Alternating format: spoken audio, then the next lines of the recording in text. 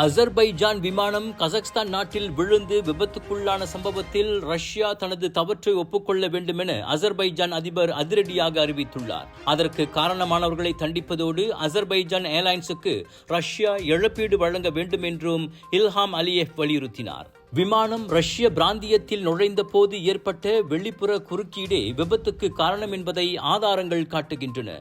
தரையிலிருந்து சுடப்பட்டதால் கட்டுப்பாட்டை இழந்த விமானம் தரையிறங்கும் போது விழுந்து விபத்துக்குள்ளானதாக அலியேவ் சொன்னார். தம்மிடம் ரஷ்ய அதிபர் விளாடிமிர் புட்டின் நேற்று பட்டும் படாமல் மன்னிப்பு கேட்டிருந்த நிலையில் அலியேவ் இந்த அதிரடி அறிவிப்பை வெளியிட்டுள்ளார். அலியேவிடம் தொலைபேசியில் பேசிய போது ரஷ்ய வான்வெளியில் நிகழ்ந்த அத்துயரத்திற்காக புட்டின் மன்னிப்பு கேட்டார். ரஷ்யாவின் செச்னிய பிராந்தியத்தின் தலைநகரான குரோஸ்னியில் விமானம் தரையிறங்க முயன்ற போது யுக்ரேனின் ட்ரோன் தாக்குதல்களை ரஷ்ய வான் பாதுகாப்பு படைகள் முறியடித்துக் கொண்டிருந்தன. அப்போதுதான் அவ்விபத்து நிகழ்ந்திருக்கிறது என புட்டின் சொன்னார்.